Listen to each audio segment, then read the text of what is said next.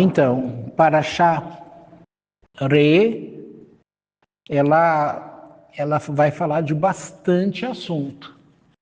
Essa aqui é mais uma daquelas que, estudando uma semana, você não consegue falar de todos os assuntos. Mas, por outro lado, eu quero trazer um assunto que o Eterno me trouxe com uma única palavra. Palavra não, uma simples frase.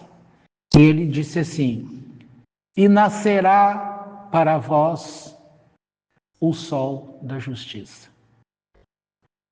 E aí, ouvindo aquilo, eu pensei assim, mas esse texto, no passado lá como igreja evangélica, sempre foi atribuído à volta de Jesus, como o sol da justiça. E aí eu fiquei com aquilo na cabeça, entendi na hora o que Deus estava querendo dizer, porque e nascerá para vós o sol da justiça, mesmo que você não saiba nada de teologia, essa frase no teu ouvido, ela vai te trazer paz, esperança e vai te motivar. Porque você vai ter a certeza, como se Deus estivesse falando para você, tenha paz, eu sou contigo, eu te ajudo, eu atravessarei este mar de confusão junto de você, não temas. Veja que o versículo não é isso que ele está falando. Por outro lado, é isso que você vai sentir, mesmo não entendendo nada de pregação alguma, que você se lembre do passado, ou mesmo da tradição judaica, você vai sentir-se confortável com uma palavra dessa. E você sabe que eu sou curioso, né? Aí eu quis estudar esse assunto. E aí eu descobri duas coisas que eu não sabia. A primeira, que eu não lembrava onde é que estava escrito. E esse texto, ele pertence ao profeta Malaquias. No hebraico fala Malachi.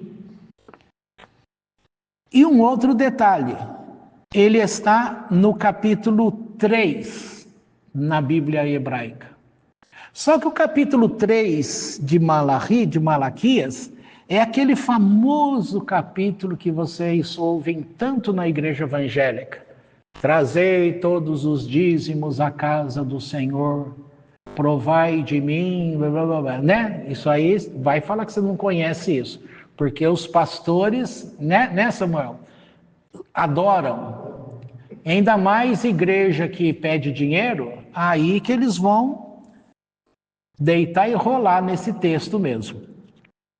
E aí eu fui lendo tal, aí veio uma segunda novidade para mim.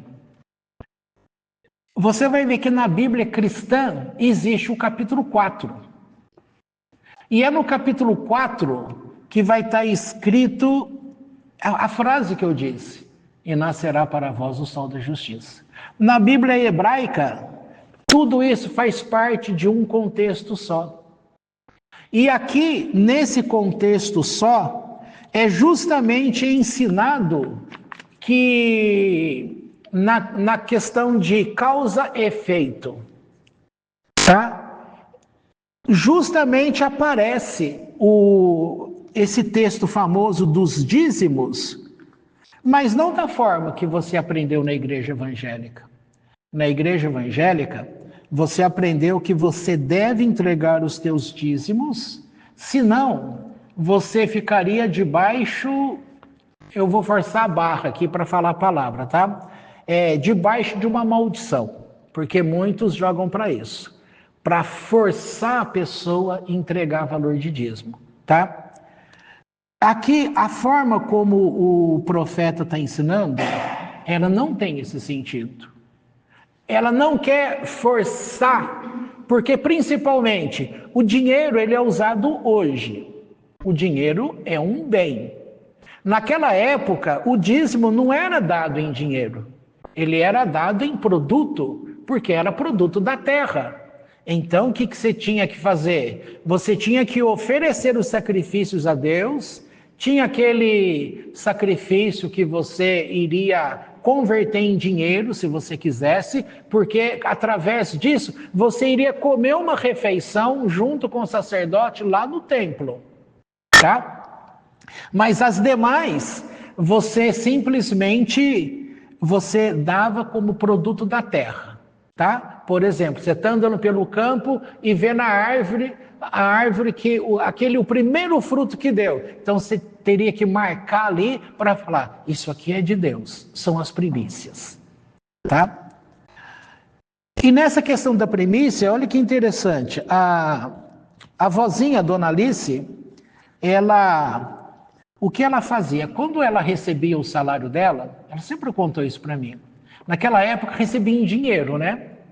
Porque não tinha essa facilidade de ter conta no banco. Estou falando bem lá para trás, né? E então vinha em dinheiro vivo, né? As notas. Então, na hora que dava aquele bolinho de dinheiro na mão dela, ela pegava, por exemplo, vamos falar R$100, que eu nem sei que dinheiro que era aquele, nem que tipo de nota que era. Eu sei que ela dizia que ela pegava, por exemplo, as 3 primeiras notas davam o valor do salário dela. Então, olha que interessante, ela pegava aquelas 3. Se não fosse as 3 primeiras, era aquelas primeiras notas, ela retirava como até dar o valor, que era o valor de dízimo, entendeu? E ela sempre fez isso como dizendo assim, isso daqui não é meu, é de Deus. E na hora que você lê na Bíblia, era isso que eles faziam na árvore. Ia lá, o primeiro que você via, você tinha que marcar. Porque na hora que o fruto ficasse bom, você sabia, aquele lá foi o primeiro, tá? A igreja evangélica em si, ela nunca valorizou que você tinha que pegar as primeiras notas. Nunca ninguém falou nada disso. O que eu estou dizendo que achei interessante é que é como se essa raiz judaica estava dentro dela. Porque ela pegava, mesmo sendo em dinheiro, ela olhava, batendo o olho, e ela já pegava essas primícias, tá? Mas não é isso ainda o que eu estou falando que eu não sabia, é que na Bíblia hebraica não tinha capítulo 4. Isso eu não sabia. Eu também não sabia que esta palavra do capítulo 3, essa palavra sobre o dízimo, estava relacionando a uma coisa, uma história muito maior do que a gente imagina. Eu vou ler o texto para você, do capítulo 3 de Malachi, e diz assim, hei de enviar meu mensageiro, e ele há de desobstruir o caminho para mim. De súbito, então, o Senhor, a quem buscais, virá a seu tempo. Pois o mensageiro da aliança do Eterno, a quem tanto desejais, estará chegando. Diz o Eterno dos Exércitos. Mas quem terá condições de suportar os acontecimentos que caracterizarão o dia da sua vinda, e quem sobreviverá à sua chegada? Porque ele agirá como fogo purificador, e como aqui está lixívia. Eu não conheço essa palavra, não sei se é lixívia mesmo. Talvez seja esse o nome, aquele que faz a limpeza de prata. Tá? Como a lixívia que retira toda a impureza. Assim como há de fundir a prata. Não é isso mesmo, esse termo também aparece no primeiro capítulo de Isaías. Assim, versículo 3, assim como há de fundir a prata, separando-a da escória, trará purificação aos filhos de Levi, refinando-os como o ouro e a prata, para que se tornem perante o Eterno aqueles que lhe apresentarão oferendas com retidão. Até aqui, o que você está percebendo? Que vai ter diferença no teu comportamento. Vai acontecer alguma coisa. Vai ter separação. Limpeza e sujeira. Tá? Ou seja, a sujeira vai desgrudar do teu ser. Ok? Mas quando isso? Relacionada com este dia, esta chegada do mensageiro de Deus. Tá certo? Então aqui você tem uma causa, um efeito, né? Causa e efeito. Você tem a causa, a vinda deste mensageiro. E vai acontecer o quê? Vai acarretar este fogo. Então vai ter gente que vai ficar separado para este fogo. Não confunda o fogo lá do inferno que a igreja coloca, tá bom? Aqui é tão somente um processo de refinação. Por isso está usando a prata.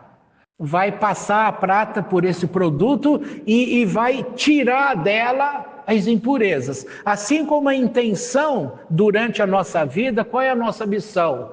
Também é refinamento. É tirar a sujeira que vai se acoplando, grudando na gente. Tá bom? Isso aqui também tem a ver com um processo de fidelidade. Fidelidade a Deus. O verso 4. Deixa eu repetir o 3. Assim como a de fundir a prata, separando-a da escória, trará purificação aos filhos de Levi, refinando-os como o ouro e a prata, para que se tornem perante o Eterno aqueles que lhe apresentarão oferendas com retidão. Versículo 4. Então as oferendas de Judá e de Jerusalém, Judá e Jerusalém, serão prazerosamente aceitas pelo Eterno, como nos antigos dias e nos anos passados. Versículo 5. Ele se acercará de vós para o julgamento, será testemunha contra os adivinhos, contra os adúlteros, contra os que juram em falso, contra os que oprimem o trabalhador retendo seu salário, contra os que prejudicam a viúva e ao órfão, iludem o estrangeiro e não me temem, diz o Eterno dos Exércitos. Versículo 6. Porque eu, o Eterno, não mudei meu padrão de julgamento, e vós, os filhos de Jacó, não fostes consumidos. Versículo 7. Desde os dias de vossos pais vos afastastes de meus preceitos, e não os guardastes.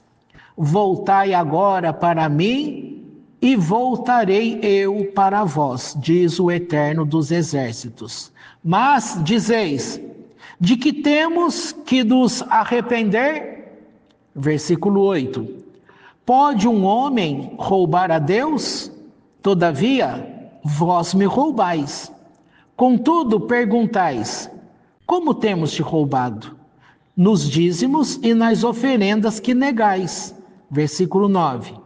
Ainda que tenhais recebido uma maldição como advertência, todos da nação continuais a me roubar. Versículo 10. Trazei todo o dízimo ao tesouro da casa, para que haja alimento em minha casa.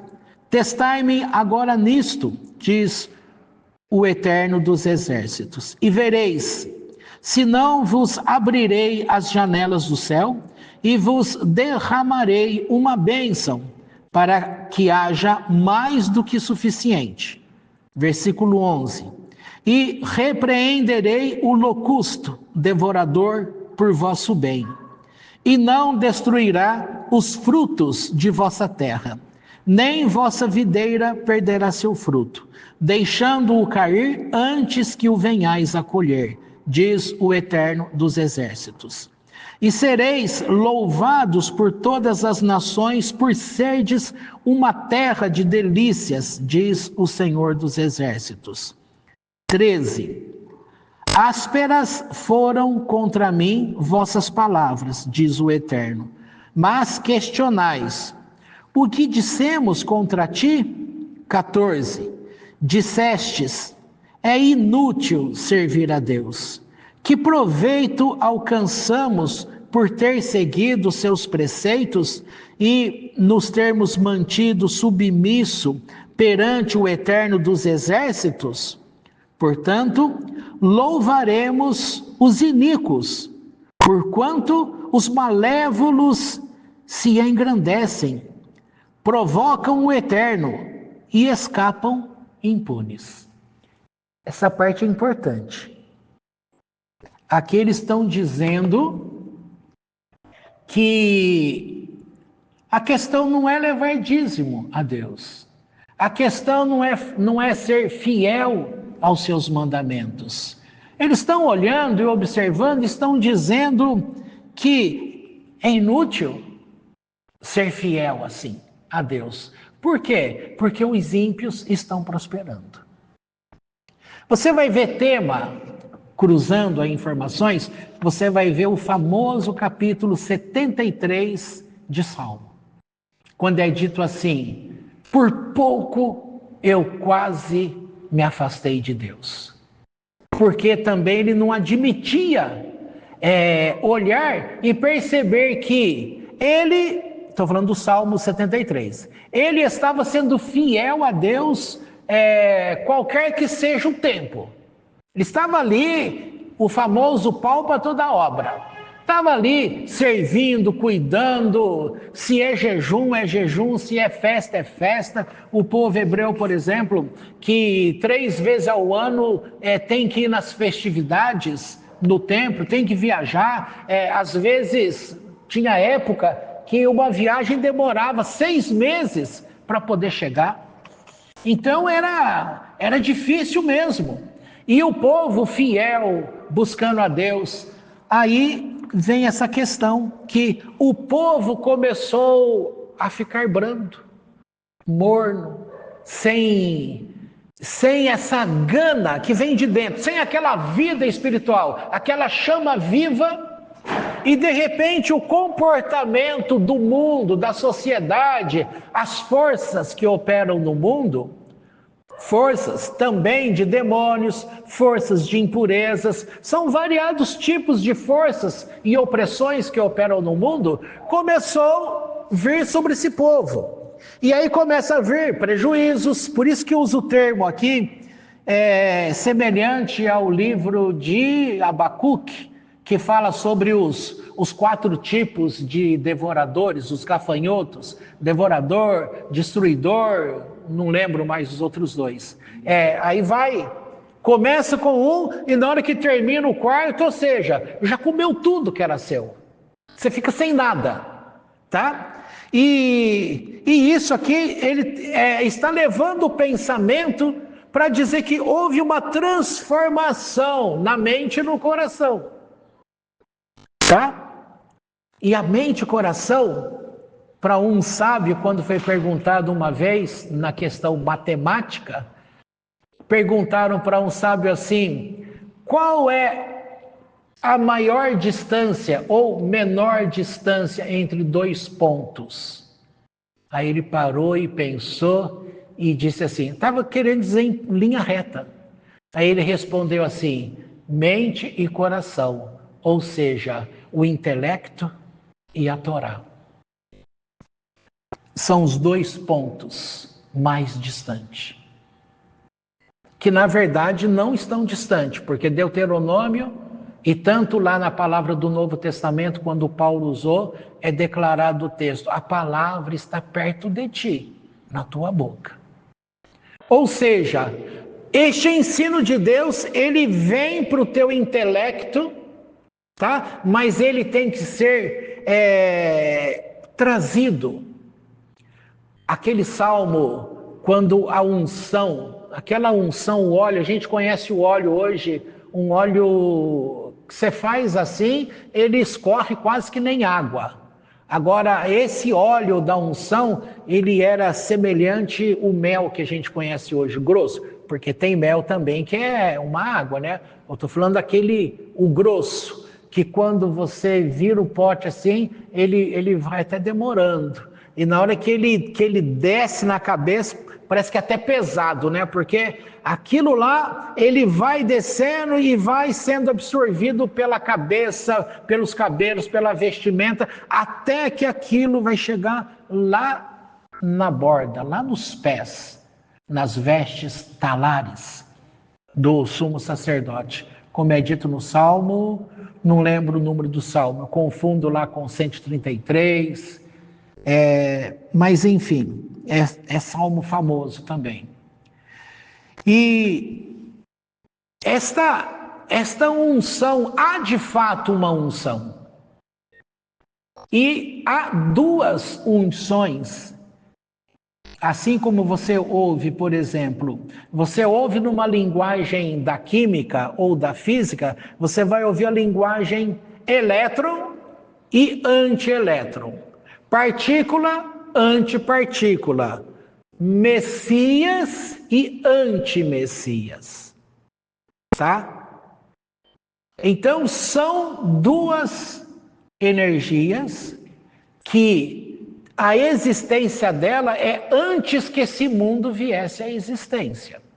Aliás, vamos relembrar que este mundo veio à existência para provar a bondade de Deus, para que o erro que havia sido cometido no mundo espiritual, porque esse é o verdadeiro mundo, é o espiritual, o erro foi no mundo espiritual, e para que o homem pudesse ter a prática de refazer as suas ações, Deus então criou este mundo.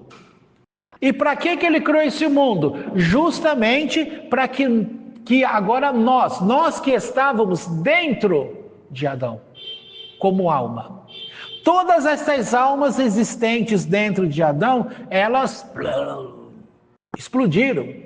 Ficaram como vasos dispersos e caíram onde? Na Citraahra, no outro lado. Tá? Uma parte não caiu. Outra parte ficou mais próximo lá do começo. E uma parte foi bem longe. Ora, aí Deus, em sua bondade, misericórdia infinita, o que ele fez? Ele criou um método para poder refazer, reconstruir este vaso. Isso aqui na Kabbalah você já ouviu falar sobre a quebra dos recipientes. É isso. Essa quebra dos recipientes, aqui também, ela é a origem do mal. Por quê? Porque aqui dá origem à escuridão. E com essa escuridão, Deus estabeleceu um mensageiro dele. Alguém que é fiel. Alguém que é um braço, como se fosse o braço de Deus. Para poder agir em favor do homem. Só que o trabalho deste mensageiro, analisado do ponto de vista aqui humano, aqui embaixo, dos nossos olhos, esse bem que esse mensageiro faz, nós o enxergamos como o mal. E aí, ele é retratado como o teu adversário, ou seja, Satã. Só que este Satã, ele não é como a igreja ensinou pra gente, pintou. Como alguém com valor independente, valores independentes, autônomo, totalmente de Deus, que pode fazer um reino próprio com seus demônios e sabe-se lá mais o quê, destruir nações, pessoas, matar, roubar, destruir, como um texto do Novo Testamento fala, que o diabo veio para matar, roubar e destruir. tá? E nesse sentido, ele tem o poder de contrapor-se a Deus e roubar a Deus. E qual é o meio que ele criou para que Deus fosse roubado? Elevando o ego das pessoas. O que é ego? Vamos dar um exemplo bem simples. É o valor que você atribui a você mesmo. Tem pessoas que auto se valorizam, é importante demais aquilo que é externo. Por exemplo, você já viu como determinados tipos de médicos, ou de dentistas, ou de advogados, ou seja, pessoas que recebem o nome de doutor, ele não admite que você fala Carlos. Não, você tem que chamar doutor Carlos. Não é Carlos. Mas Carlos é a pessoa, doutor é um título. Mas ele faz questão e ele briga com pessoas porque o tratamento é doutor. Às vezes até marido e mulher tratam um ou outro como doutor. Isso, sabe o que é isso? É ego. Isso é ter um valor, é bem aquilo lá, a famosa carteirada, né? Você sabe com quem você está falando? É a carteirada. Não me interessa quem você é. Mas se você soubesse quem eu sou, seria mudar teu comportamento. Aí o fulano fala, eu sou general do exército. Pronto, aí a polícia, né? Porque é maior do que ele. E tem autoridade sobre ele. Então, a autoridade é a carteirada. E aqui no Brasil, as autoridades de hoje, cabe aqui como exemplo, são justamente aqueles que deveriam lutar por nós, pelo título, pelo serviço, pelo ego que eles acham que construíram e chegaram num ponto de trabalhar em favor de você, povo. Eles se tornaram o Satã, porque são eles que são cabeças do crime, aliados ao PCC, ao Comando Vermelho. É eles que cometem um crime, é eles que protegem a organização criminosa. E o que eles deveriam combater, prender, o que eles deveriam combater a corrupção, para que nós tivéssemos saúde, por exemplo. Estávamos falando aí sobre saúde. Por que não tem dinheiro na saúde? Porque eles roubam. Tudo é desviado. O dinheirinho que você tem, seja pouco, seja muito o teu salário, todo mês é descontado. E esse dinheiro vai para o governo federal. Fica um pouco aí na prefeitura, um pouquinho lá para o estado, vai lá para o governo federal. E esse governo federal, ele, nesse caminho, o dinheiro vai sumindo. Então, o ego, aquilo que a pessoa acha que ela cresceu, por isso que você vai ver determinadas profecias, como o rei de Tiro, o rei da Babilônia. Por isso que você vai ver aquela estátua grande, cabeça de ouro, mostrando toda a riqueza do mundo, os poderes do mundo. Tudo isso é para mostrar para você que há uma energia que ela está no mundo e ela age no mundo, tá? Isso é chamado consciência. Quando a gente fala de homem espiritual, o que é um homem espiritual senão a consciência? Mas vocês, se eu perguntar o que é consciência, vocês não vão saber responder. Porque consciência para muitas pessoas é apenas uma palavra. E em vários lugares ela tem um significado. Então, quando fala assim, no dia a dia, vai me dizer que você nunca ouviu Quando alguém fez alguma coisa muito nojenta, muito má, alguém fala assim: poxa, você não põe a mão na consciência? Já ouviram isso? Mas o que está querendo dizer essa frase? Você não põe a mão na consciência? É como se dissesse: cara, como que você consegue isso? Você não tem sentimento? Você não sabe, por falar do Dr. Fauci lá nos Estados Unidos, que está entregando os podres, o governo americano, mostrando o que eles fizeram no mundo inteiro para matar pessoas. O que matava as pessoas não era a Covid, era a vacina da Covid. Agora, a minha mãe, graças a Deus, ela tomou uma só. E quando ia tomar a segunda, eu falei para ela: não toma. Só que aí, a minha irmã brigava com ela, o meu irmão brigava com ela. É como se dissesse assim: peraí, se um filho pode te dizer não tome a vacina, mas 2 filhos estão te dizendo toma a vacina. E metendo medo para cima dela. E aí, como é que essa mulher ficava? Sem saber o que fazer. Agora, o que é que vamos ver se você tem boa lembrança. Quando começou tudo isso, eu disse para vocês que o Eterno me trouxe uma palavra dizendo: vai lá e avisa para o meu povo. Fala para eles. E usou um termo, por mais que a gente caminhou no estudo judaico, a gente sabe muito pouco ainda, tá? Isso aí é o quê? 19, 20? É isso? Pandemia? Vamos colocar 19, para ficar fácil. A gente começou a falar do judaísmo, a compreender em 2011, para valer. De 2011, nós mudamos em 2019. A igreja deixou de ser literalmente cristã e passa a adotar 100% do judaísmo. Então, de 2011 até 2019, a gente estava caminhando. Quanto? Sim. A gente estava caminhando. Estamos caminhando até hoje.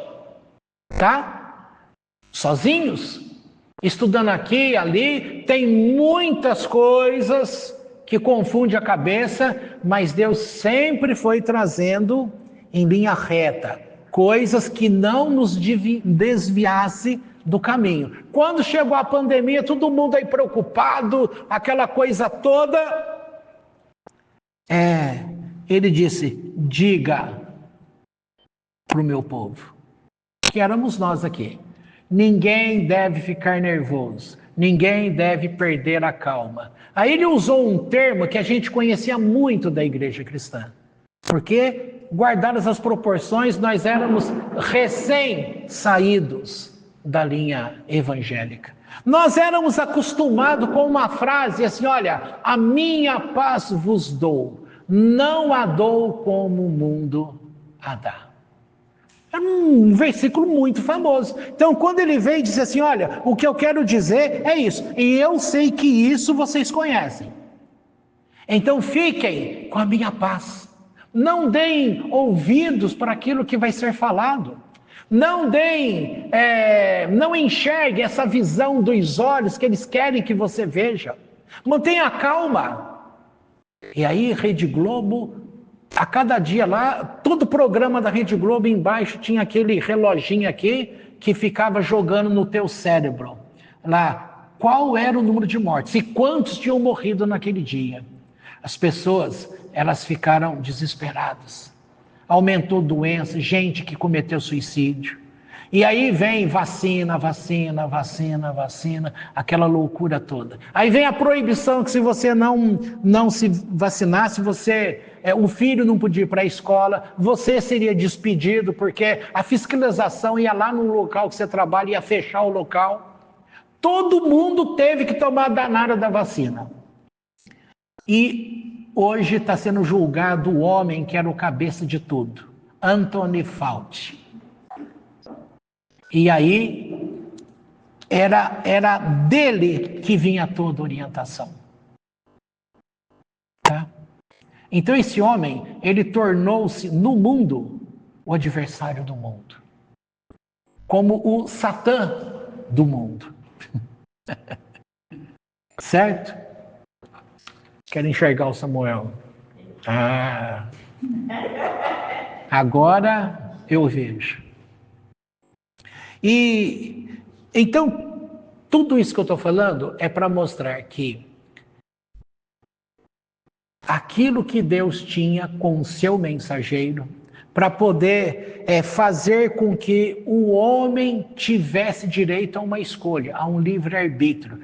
Mas para o homem escolher, precisa ter alguém que fique ali cutucando, provando, tá? Se você não fica entre duas coisas, como que você vai escolher?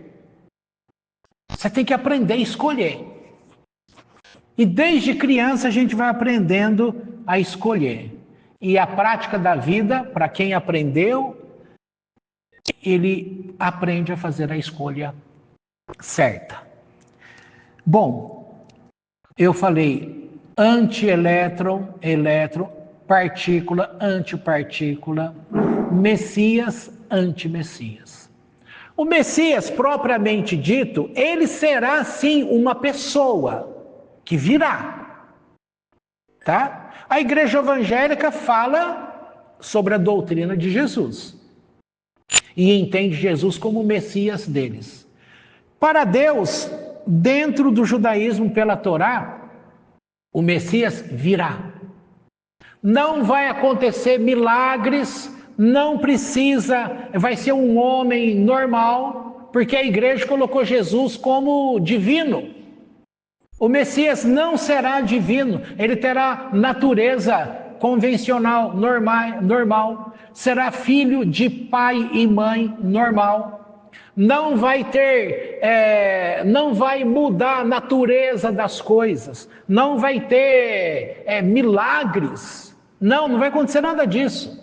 O que vai acontecer e que já vem acontecendo desde este primeiro momento que eu estou te falando, quando a Terra nem ainda tinha sido gerada, Terra que eu falo é esse mundo nosso, tá? De que a alma, de que nasce pessoas nesse mundo.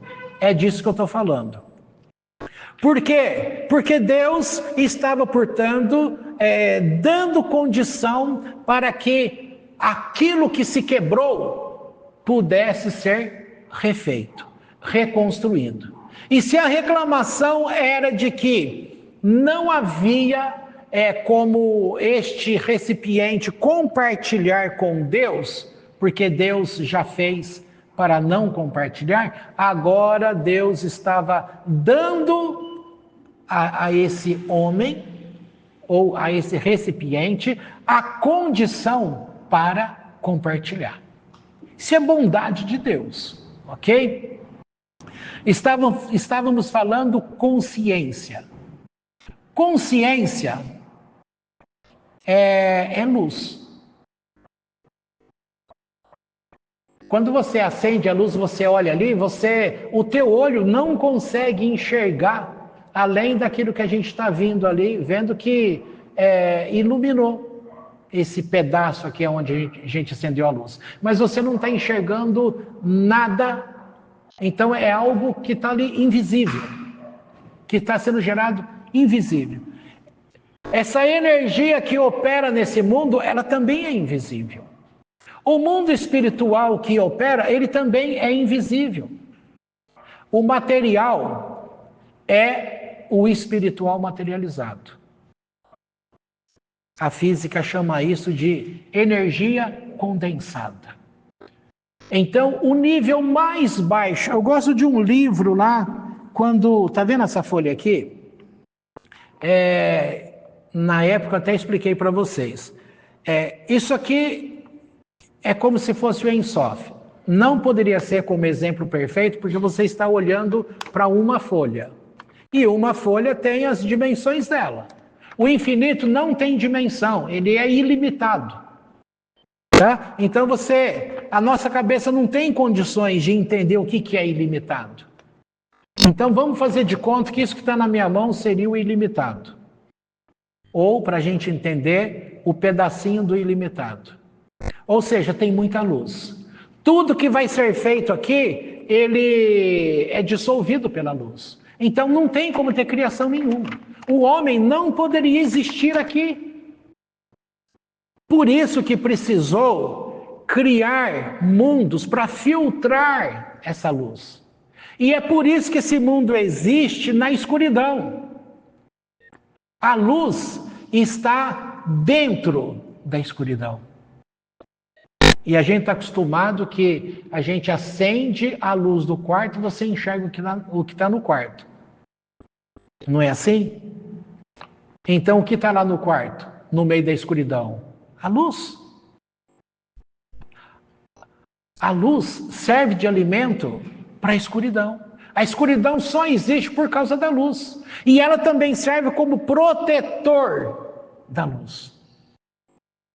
É difícil. Tá bom, é difícil mesmo. Eu sei que é difícil. Principalmente que eu não estou seguindo uma linha reta no único assunto. Eu estou pegando conceitos diversos para você entender como um todo. Aqui eu estou falando de braço direito, braço esquerdo, de cabeça, de perna, de coração, de sistema neural. Estou falando de tudo. Para você, que você precisa entender como um todo, não por pedacinho. Se você ficar vendo pedacinho, você nunca vai saber o que é de fato que existe. Então, aquele autor, ele diz o seguinte, você pega uma folha, imagina que é em software, aí eu não vou amassar, porque senão eu não vou conseguir, eu perco a minha matéria aqui. Aí, começa a amassar. Quando eu amassei, olha, era desse tamanho. Na hora que eu dobrei no meio e amassei, olha, já ficou, era assim, ficou assim. Aí eu começo a apertar, ela vai diminuindo. Já viram aqueles programas que prensa o carro, quando é sucata? Ele pega lá com o guindaste, pega aquele carro e vem numa prensa e pá, na hora que ficou aquele negócio pequenininho, tá? Aqui na folha, vai apertando. Cada apertão desse, você está tirando luz. Você está tirando. Cada aperto que dá, você está esgotando luz. Até chegar um ponto que você pode apertar, que virou aquela bolinha de papel, você pode apertar, não vai ter como diminuir mais. Então significa que você esgotou, você tirou toda a luz que era possível dali. Agora, consegue ter existência ali dentro. E aí, puxa-se a luz do eterno para habitar ali dentro. Esse é o processo da criação, falando bem grosso modo. Portanto, o Messias, essa consciência do Messias, e agora como que eu vou explicar isso para você?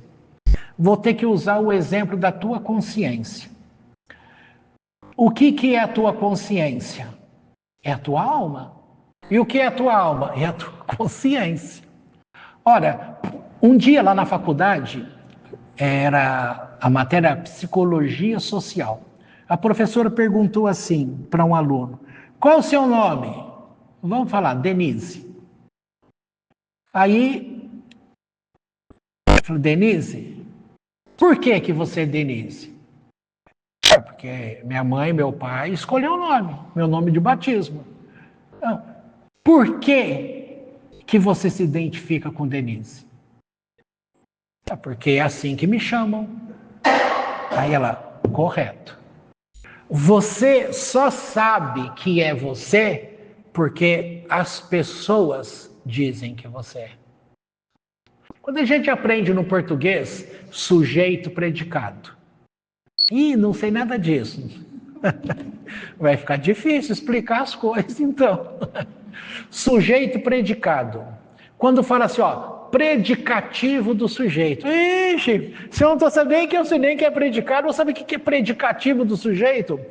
É aquilo que eu falo sobre você. Aquilo que as pessoas falam de você, você vai tomando consciência. Aquilo vai se tornando verdade, conhecimento para você. Agora ficou mais claro? Então, o que é tomar tomar consciência? É você conhecer a verdade sobre você. Se alguém chega lá, uma pessoa que você gosta muito, que é tua amiga, teu amigo, e fala assim, cara, você percebeu que você tem só eu de amigo? Aí você fala, foi escolha minha. Fala, não, cara, você é muito chato. Ninguém te suporta, só eu que te suporto. Por isso que você só tem a mim de amigo. Ou seja, ele está falando isso, ele está tentando fazer a pessoa conhecer uma verdade. Cara, se você não mudar o teu jeito, se eu tiver que ir embora ou se eu morrer, você vai ficar sozinho, porque ninguém te suporta. Mas não suporta por quê?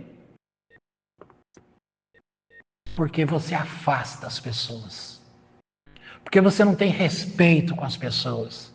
Porque você não compartilha com as pessoas. Porque você não tem empatia com as pessoas. Então, a pessoa, ela era alguma coisa, ela achava que ela era o tal, então o que está inflado nela? O ego. Entendeu? Ou seja, ela está perdida. É uma pessoa, socialmente falando, desprezível. As pessoas não suportam. Agora, você diminui um pouco desse exagero que eu estou tomando, você vai perceber que no teu relacionamento você encontra um monte de pessoa desse jeito. E você vai ouvir também que vai ter gente que vai falar do teu comportamento. E que se você não mudar, tem gente que fala assim, ó, você não vai namorar ninguém, não vai casar com ninguém, porque nem você se suporta. Como que alguém vai ficar do teu lado, se nem você aguenta você mesmo? Há uma máxima na psicologia dizendo que solidão significa que a pessoa não sabe conviver com ela própria. Mas aí passa a ideia que solidão é você ficar sem ninguém. Imagina minha mãe lá, que mora sozinha. Passa uma semana, nenhum dos filhos vai lá, nenhum vizinho aparece ali fora. Todo mundo da rua some. Ela começa a olhar, vai dar um aperto no coração da pessoa. Ela vai começar, o que está acontecendo? Vai começar a ter até medo. Por quê? Vai sentir um vazio. Cadê todo mundo? Cadê as pessoas? Aí você imagina, ela liga para alguém, não atende telefone. Liga para os filhos, ninguém atende telefone. Vai dar uma dor na pessoa, ela vai começar a ficar desesperada, mas... Então, consciência, para você compreender o que eu estou tentando falar, é a centelha divina que você é. Veja, não é a tua alma por completo. É a centelha da tua alma. Tá? Isso é a centelha divina. Como centelha, todo mundo tem a centelha divina, que é este espírito. Só que este espírito, este alma, ele vai ter relacionamento com as coisas ao redor. Então ele também precisa ter o mecanismo, o veículo correto para poder... Quando eu falo veículo correto, é assim, você quer transportar uma geladeira. Adianta você ter o teu carro? Você tem uma SUV. SUV leva uma geladeira? Não. Então você precisa ter o quê? Uma caminhonetezinha, né? Como é que chama aqueles carrinhos pequenos ali? O Estrada. Hã? Isso. Então imagina, todo mundo, ele é um carro de passeio, mas ele também é uma picapezinha. A picapezinha é aquela que vai carregar as coisas, tá? Que você vai relacionar com aquilo que todo mundo tem. Então, este é o compartimento da tua alma ou da tua centelha divina que tem relacionamento com aquilo que é mais denso, que é mais materializado. Então, a parte da tua alma que se relaciona com o mundo se chama Nefesh. Mas você também tem sentimentos. Você precisa ter sentimentos de alegria. Você precisa ter sentimento de bondade, senso de justiça, esse tipo de coisa. Então, este é um relacionamento com a tua alma chamada Ruach. Tá? E aquela questão que vai te aproximar do Deus Criador, daquilo que é espiritual propriamente dito, é a porção de alma chamada Neshama. E ainda há outras duas porções que estão relacionadas mais com Deus. Uma delas, Yeridá, que você nem vai ter noção daquilo que ela possa fazer em você. Tá? Essa questão toda. Agora a gente pode voltar aqui no texto. Então, dentro da situação, qual é o contexto da situação para que Deus falasse isso para mim? Nós estamos com a vozinha há 10 dias no hospital. E ali a gente está, entre aspas, se matando do jeito que a gente pode. Porque você que já ficou no hospital o dia inteiro, você sabe o quanto isso esgota. Enquanto eu percebo o seguinte, o quanto eu estou ali o dia todo, das 7 às 7 da noite, estou de boa, está tranquilo. Mas quando saio dali e venho para casa, nossa, é outra pessoa, muda. Bate um cansaço que é um negócio assim, ou seja, a tua energia, esse teu fôlego foi chupado. Por isso que esse pessoal que trabalha no hospital vive cansado. Porque é um ambiente que está cheio da energia da morte. Porque morre gente ali todo dia. Chega gente ali agoniado todo dia. É todo tipo de dor, é todo tipo de sentimento. E você está ali, você já aprendeu que o teu ser, ele entra em contato com aquilo. E se você não está bem emocionalmente, por exemplo, a tua emoção que está desequilibrada começa a entrar em contato com o mesmo tipo de desequilíbrio que tem nas outras pessoas. Por isso que há esse peso. Na hora que você sai, você entrou com a tua picapezinha vazia. Na hora que você sai, ela está cheia, pesada. Tá?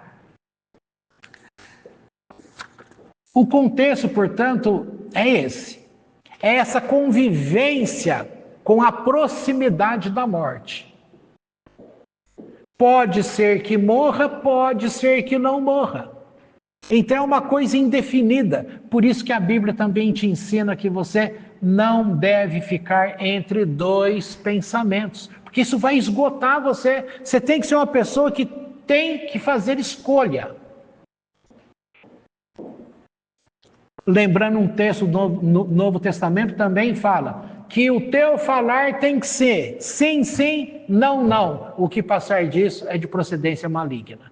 Se eu não me engano, quem disse isso foi Jesus. Tá? E isso é verdadeiro.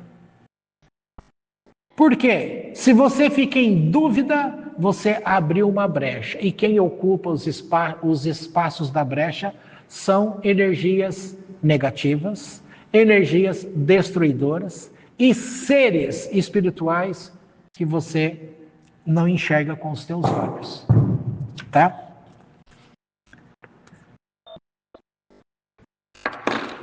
Quem lembra o número que eu parei? O 10 eu já falei, o 11 eu falei, o 12 eu falei, o 14 eu falei. Quando diz assim, dissestes inútil servir a Deus. Eu dei todo essa volta toda para chegar numa conclusão que o Salmo 10 fala, numa conclusão que o Salmo 109 fala. E o que é? No Salmo 110 você vai ler eles dizendo a mesma coisa que está escrito aqui. Que isso, Deus não está vendo. Por isso que em vários momentos você fala, muitas pessoas vinham aqui para a nossa igreja lá no passado, e elas falavam, eu não quero dar o meu dízimo lá na minha igreja. Aí eu falava para ela, mas você é de lá, você tem que dar o dízimo lá. E ela fala, não, eu não posso, porque aí começa a olhar para aquilo que o olho enxerga. Ah, ele está comprando carro grande. Na época lá era aquelas caminhonetes que é caro até hoje, né? Não, não vou dar meu dinheiro lá para ele comprar carro, tá? Outro, na igreja ali da 29, um homem que tinha dinheiro, ele sentou ali naqueles bancos, Neus. Não sei se você já congregou ali. A igreja, ele não fala o nome não, que está gravando aqui. A igreja do lado da drogaria ali, na 29. O fulano, viu, Samuel, bem vestido, né? Calça fina. Sentou, tinha um preguinho levantado. Rasgou a calça chique dele. Esse homem saiu indignado. Ele falou, eu não dou minha oferta aqui mais neste lugar. Para quê? Porque eles não estão usando sequer o dinheiro para cuidar do local. Olha aqui. Olha lá, ali em cima. Olha aqui esse chão. Olha ali levantando. Não tem como a gente arrumar. Mas eu não estou esfolando vocês aí, ameaçando, dizendo que vocês vão para o inferno, que se vocês não derem o dinheiro de vocês, vai ser isso, vocês serão desgraçados. Quando que eu falei isso? Quando que eu obriguei vocês a trazerem pizza, bolo para a gente vender e angariar dinheiro? Nunca fiz isso e nunca vou fazer. Então, se tem uma parte da Bíblia que eu posso falar para vocês como ensino, de coração aberto, é isso, falar sobre dinheiro. Não tem problema nenhum. Mas a questão aqui não é o dinheiro, como eu estou dizendo. Porque essa questão que está chegando aqui, isso é um teste para você. Mas não é um teste no sentido de que você tenha que dar o teu dinheiro para mostrar o teu valor. Não. Isso é a perversão que fizeram do texto. Esse teste aqui está no sentido, como é que você se comporta diante de Deus? Porque quando você fecha a tua mão, lá em Eclesiastes, até o capítulo 7, se você for lendo e ler algum comentário judaico, você vai ver que está falando também do teu dinheiro como teste. Por quê? Por que Deus testa? Porque Ele põe no teu salário a parte que é dele.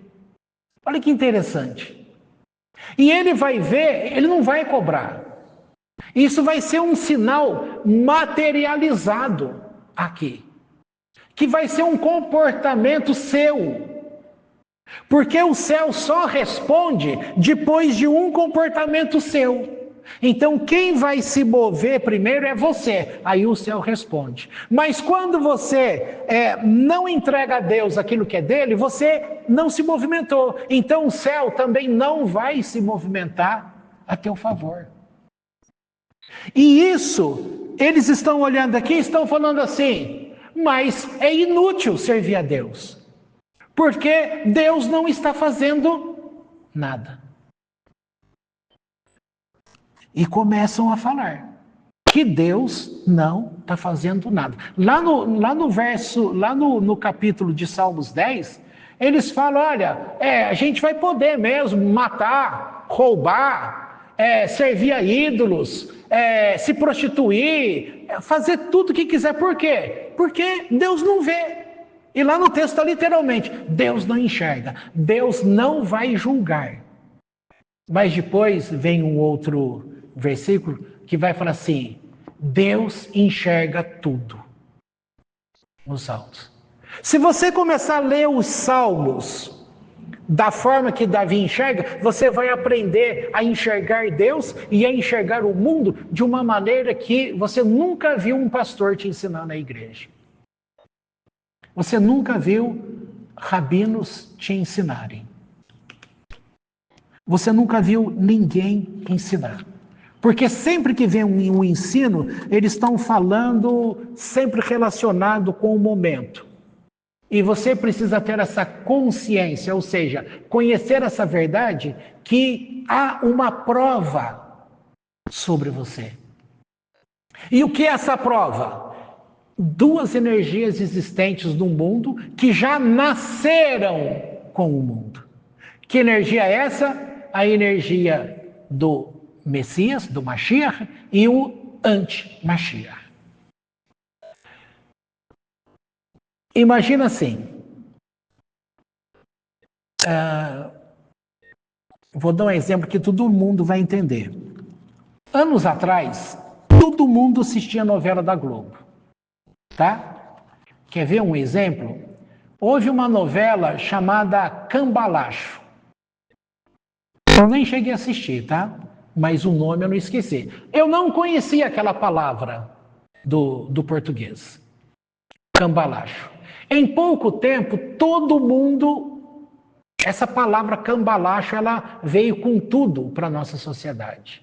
Então, quando, para fazer alguma coisa por debaixo dos panos, para fazer um engano, todo mundo lá, esse cambalacho. Tá? Nome. Já fizeram uma reportagem na Copa do Mundo, aquele centroavante que eliminou o Brasil, o Haaland, tá? Em 2, 3 dias, o cartório tinha recebido 71 nomes de crianças nascidas com o nome, não sei o que é o nome dele lá, Erling Haaland. Bem brasileiro, né? Para fazer isso. Colocaram o nome Haaland. Tá? Aí naquela época da porcina, tinha lá um senhorzinho que ele balançava o relógio e falava, sim ou não que ele falava? O que é? Tô certo. Ah, tô certo, tá vendo? Tô certo ou tô errado? Pronto, essa linguagem também, ela entrou para o povo que lembra até hoje. Os pastores da Igreja Universal, eles têm o mesmo tique do Macedo. Inclusive, o Macedo ele tem um defeito na mão. E tem pastor que simula o defeito na mão, só que não tem defeito nenhum. Ele quer ser tão igual ao Macedo que ele também encurva a mão. Tá? Só que o Macedo tem um problema na mão. E aí ele fala, sim ou não? Sim ou não? Aí os pastores, todo culto, gente, sim ou não? Sim ou não? Virou uma marca, tá? Se eu começo aqui a falar coisa do jeito que eu falo, e se você vem aqui trazer algum tipo de ensino, você vai ter uma surpresa se você gravar a si mesmo e ficar ouvindo. Você vai usar um monte de tique que eu tenho quando eu estou falando. Se eu falo muito então, pode ter certeza, você vai falar o danadinho do então. Se eu falo pausado alguma coisa, você vai fazer também. E aquilo que você critica em mim, quando você começar a ensinar, a falar e você gravar, você vai perceber que aquilo que você criticava em mim, você também faz. Entendeu? E o ensino do Baal Shem Tov, lá na época daquele passado, que é lá, ele é nascido no ano 1740 e pouco, ele ensinava que aquilo que você vê no outro é aquilo que está escondido dentro de você. Em 1900, o Freud judeu, que com certeza recebeu o ensino de Baal Shem Tov, ele colocou o que mais ficou conhecido na psicanálise do Freud, os mecanismos de defesa do ego. Ou seja, projeção, que é o quê? Você pega aquilo que você não gosta de você, que está aqui dentro, você projeta no exterior, em alguém. Nossa, aquela menina era insuportável. Insuportável é você, só que você não consegue ver. Você não gosta de ser insuportável. Aí você projeta no outro. Vai se sentir mais aliviado. Aí você tem que tomar consciência, que nem eu estava te falando. Você tem que saber que o insuportável é você. Entendeu? Sim ou não?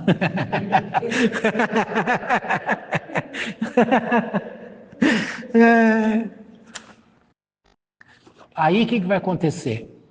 A energia do Mashiach, sabe onde você vai entender isso? Num livro chamado A Doutrina do Mashiach. Você vai ver também no outro livro chamado Or Lagoim. Você vai ver um pedacinho no livro também chamado O Livro das Crinas e das Centelhas.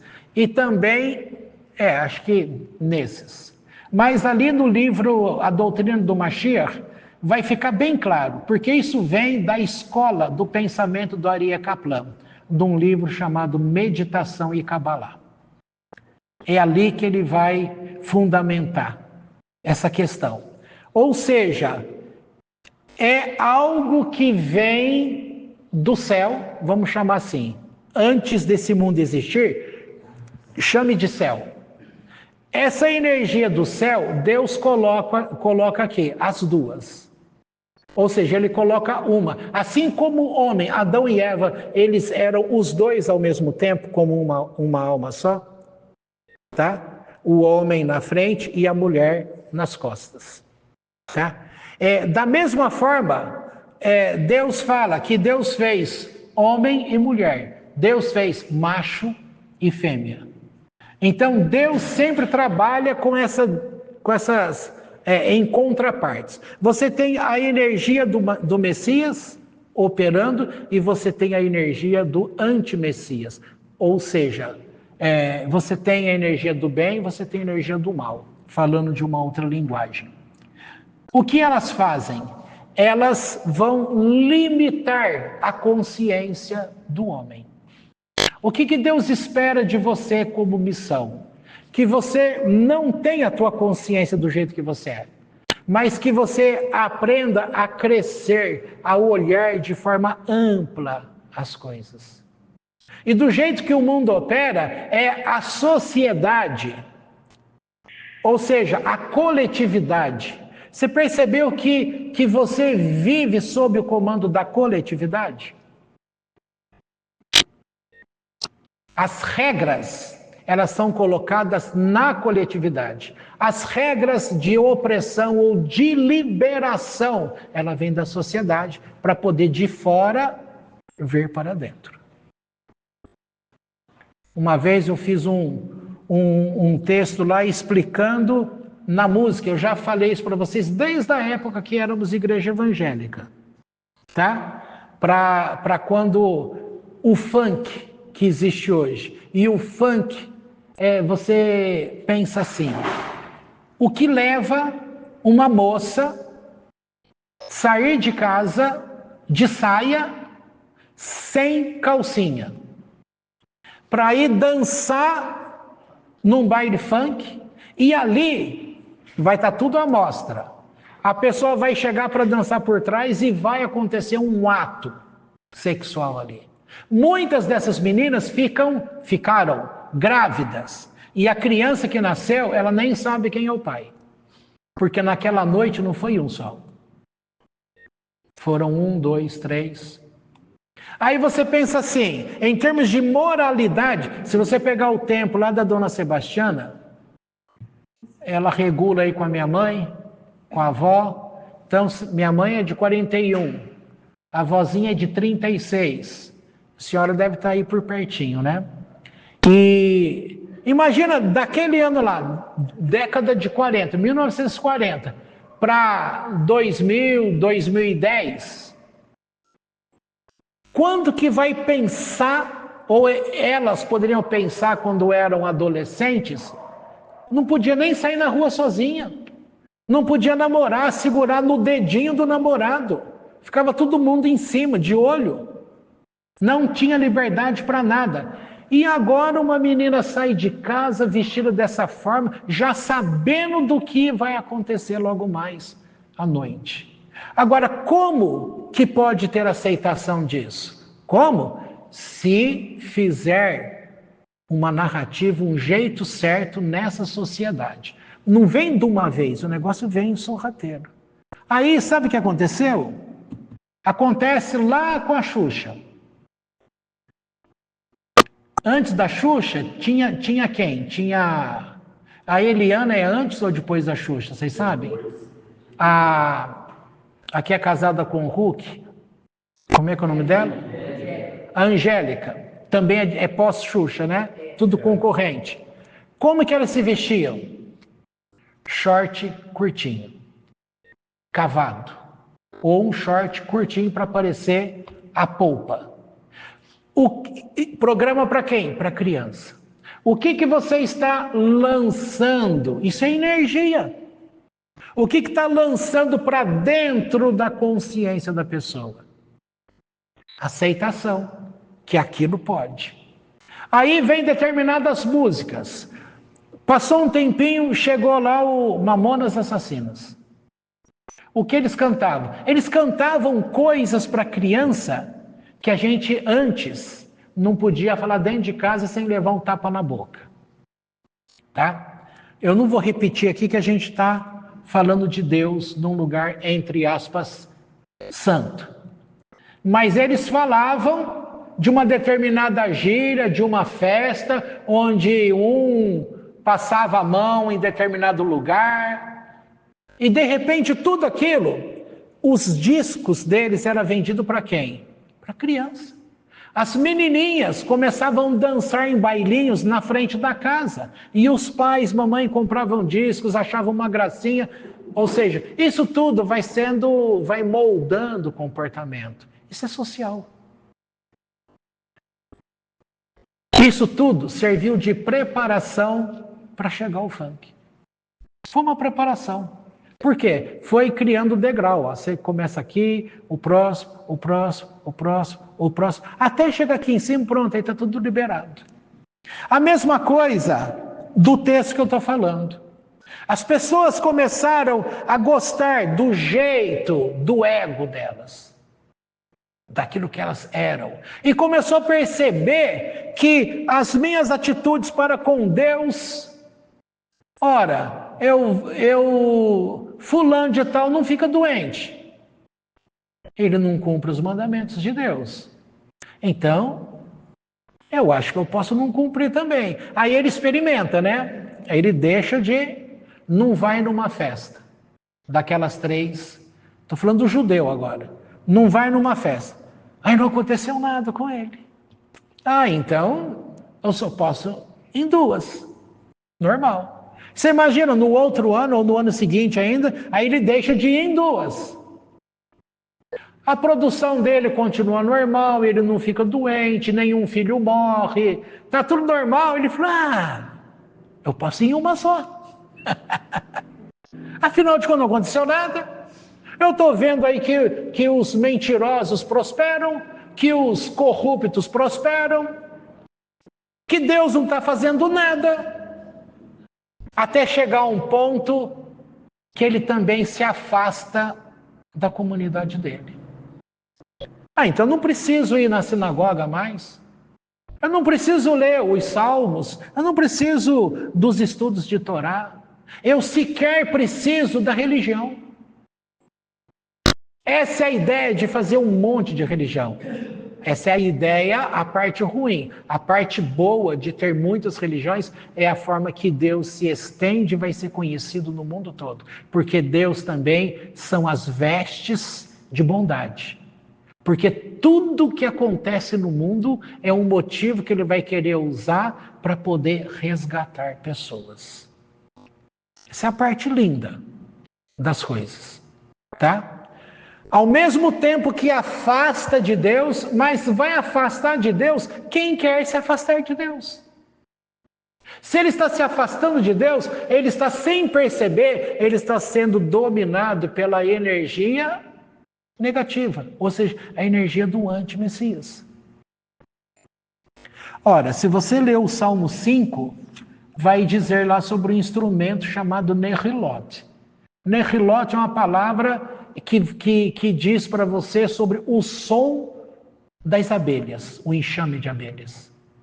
Abelha, você sabe que voa aqui no alto. Se você vê aquela nuvem, você já vai associar que nuvem à nuvem que está lá no alto. Ou seja, algo está sobre a tua cabeça. E tem uma frase interessante que é atribuída, lá na época de Evangelho, a gente falava lá de uma frase atribuída a Martinho Lutero, dizendo que é um padre, que ele tinha dito que ele não pode impedir que o passarinho voe sobre a cabeça, mas ele poderia impedir que o passarinho criasse ninho na cabeça dele. Essa nuvem de Nehilot é uma energia que caminha, são frequências que estão no mundo. O mundo todo ele é frequencial. Então você começa a ficar dominado. Se há algo aqui em você que você deseja uma coisa, aquela frequência, se eles estão precisando de alguma coisa, quando aquilo passa sobre a sua cabeça, aquilo entra em contato com o teu ser. E você começa a responder àquela frequência. E você acaba sendo captado para o mal, sem saber que você é do mal. Você é uma coisa que, se disserem para você que você é aquilo, você duvida e briga com a pessoa. Porque você não sabe que é aquilo. Porque você está debaixo de uma frequência maligna. Não confunda essa frequência maligna com o diabo, o inferno, essas coisas, tá? Não é de diabo e inferno que eu estou falando. Estou falando de frequência. Aquilo que, se você pega, tem exemplos aí na internet, você pega lá 2 ferros assim que está de pé, ele está lá na frequência 400. Aí o cara chega lá com um ferro parecido, né? Ele vem e bate aqui. Tum! Esse de cá está paradinho. Por quê? Aqui é 400. Ele vem aqui com 300. Tum! Isso aqui vibra, isso aqui está parado. Aí ele vai, vamos lá, 350. Pã! Aqui vibra, isso aqui parado. Aí na hora que ele chega, vamos lá em 400. Na hora que ele bate aqui, pã! Pegou. É assim que funciona. E a nossa alma é assim, tem frequência. Os órgãos do teu corpo têm frequência. Coração tem frequência, fígado tem frequência, osso tem frequência, pele tem frequência. Tudo tem a sua frequência.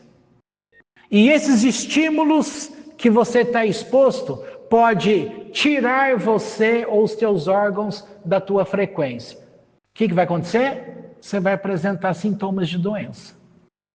Por isso que a ideia é assim. Olha aí, o Samuel fala que tem sinusite. Mas não é só ele, um monte de gente tem sinusite. Aí você vai começar a perceber, ora, sinusite é que tipo de enfermidade? A enfermidade relacionada com o ar, vias superiores. Aí você tem que pensar assim, internamente, espiritualmente, isso está relacionado a quê? Porque você só fica doente quando todas as questões superiores já passaram por você e você não percebeu. O último grau é o corpo físico, por isso que ele adoece. A doença que está no corpo físico, ela tem relação com o comportamento que você deixou de perceber ao longo desse caminho. Só que a energia de Deus é ela que desce como luz e ela traz vida no mundo inteirinho. Os demônios continuam sendo demônios porque eles também se alimentam dessa energia divina. E o ar que está perto de você, como eu te ensinei o exercício ali, Neuza, ainda falei, respira com a boca aberta para entrar bastante ar, porque esse ar que está aqui fora... Esse ar que está aqui fora, ele tem essa energia divina.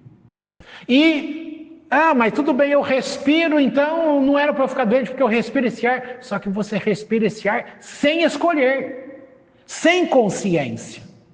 Então você puxa o ar, só que aquilo que vai para dentro de você, que poderia curar, não cura, porque você está fechado numa frequência. E aquilo que entra, o bem de fora entra, ele entra numa outra frequência. Você não capta. Mas quando você está consciente, e eu quero. Olha, lá no meu tempo, falava-se assim, que quando uma pessoa está preocupada, havia um provérbio popular que dizia assim, eu vou consultar o meu travesseiro. Vocês que são mais velhos conheciam essa ideia? Então a pessoa falava assim, o judeu também fala algo parecido, ele diz assim, o judeu. Você vai dormir e você fala assim, Deus, eu estou precisando tomar uma decisão nos próximos dias. Eu preciso juntar dinheiro para comprar aquele carro ou uma casa. Preciso do encaminhamento. Então, Deus, por favor, permita que eu sonhe com alguma resposta. Aí a pessoa deita, dorme e sonha. E ela tem a resposta. Isso é consultar o travesseiro. Só que tem gente que vai falar isso, só que ela está desconectada com a verdade de Deus. Ela vai sonhar um monte de coisa e não vai entender a resposta. Cada dia que eu chego no hospital, eu falo assim, e aí, vó, o que a senhora sonhou? Porque ia fazer a cirurgia. E a cirurgia é muito, quase beirando lá 100%, que ela não vai aguentar. Só que fisicamente falando aqui, ela está bem em tudo. Ou seja, ela não tem nada. Então a morte vai ser provocada. Correto? Mas quem é que sabe o dia? Só o Eterno. Aí ela lá começa a ver as coisas na parede, coisas que ninguém está vendo. Homens trabalhando, crianças correndo pelos corredores. Não tem criança correndo pelo hospital. Não tem homens trabalhando com eletricidade dentro dos quartos. Não tem, mas ela está vendo. Então ela está percebendo um trabalho, uma obra sendo executada. Aí, um sonho. O sonho era: pegavam o corpo dela, ela, pessoa, e queriam colocar ela presa no lugar, era uma porta que estava assim no alto, numa parede.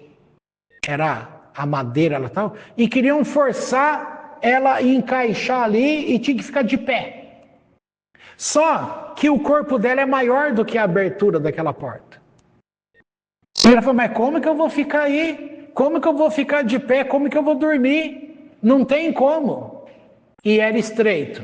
Ora, o que eu interpretei? Não chegou o tempo ainda. Está fora. E aí, com isso, não levam ela para a cirurgia. Já cancelou 3.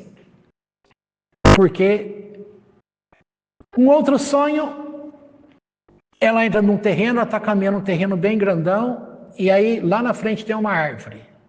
E tem uma porta dentro daquela árvore. E ela então, entra ali a casa dela, dentro da árvore. Só que ela entra, fica ali dentro, aparecem homens armados e fala, vem para fora, a senhora não pode ficar aí. É a mesma informação do outro sonho. Porque o sonho da porta na parede, ela tem que encaixar. Quando ela encaixar ali, a porta vai abrir. E aí é o Pirkei Avot que fala, quando a porta abrir, o teu nome for chamado, acabou. Ninguém te segura, nem você mesmo. Você tem que se apresentar do outro lado. Então aquela porta ali, ela está naquele molde, ela está fora do molde. Ela está maior. Então ela vai ter que fazer uma dieta até... Não é o molde que vai aumentar, não, é a pessoa que vai perdendo consciência. Que vai perdendo volume de alma. Na hora que estreitar mais, encaixou. A árvore, tem um seriado aí que a Jéssica gosta muito, Once Upon a Time, que a árvore, o bebezinho era colocado ali naquela árvore, aquilo é um portal. Leva a pessoa para um outro tempo. E o que é a morte, se não tirar a gente de um tempo e colocar num outro tempo? Só que ela não pode ficar dentro daquela árvore. Porque aí fala, não, vem para cá.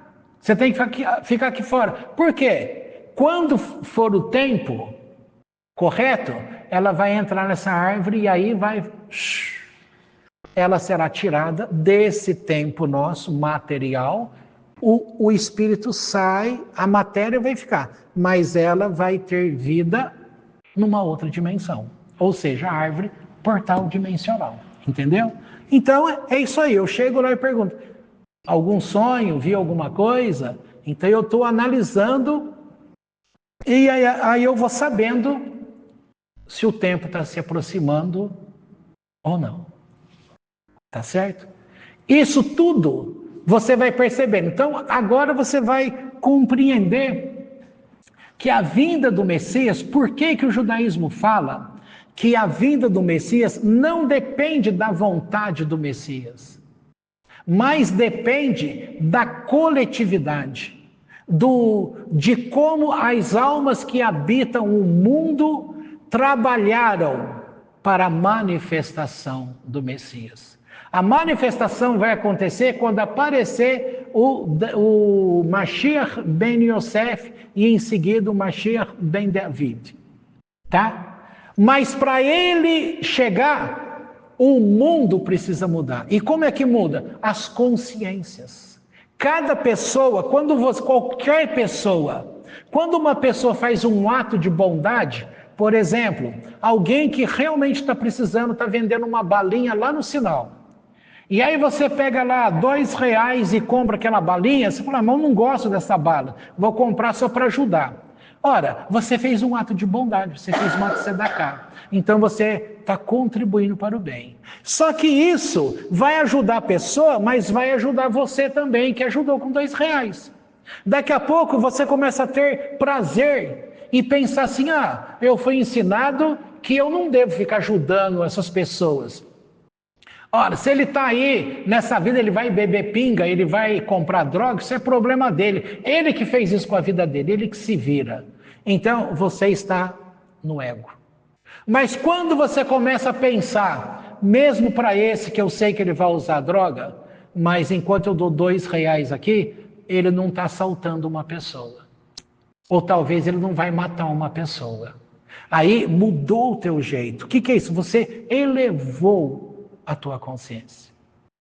Quando você começa a ver essas religiões e não pensar nelas como ecumênica, não, mas você começa a pensar assim, existe esse tipo de coisa esquisita, mas Deus, através dessas coisas esquisitas, vai conseguir tentar despertar pessoas que virão para esse lugar. Tua consciência está aumentando. Você não está vendo Deus mais dentro de uma caixinha. Você está vendo Deus reinando sobre o mundo.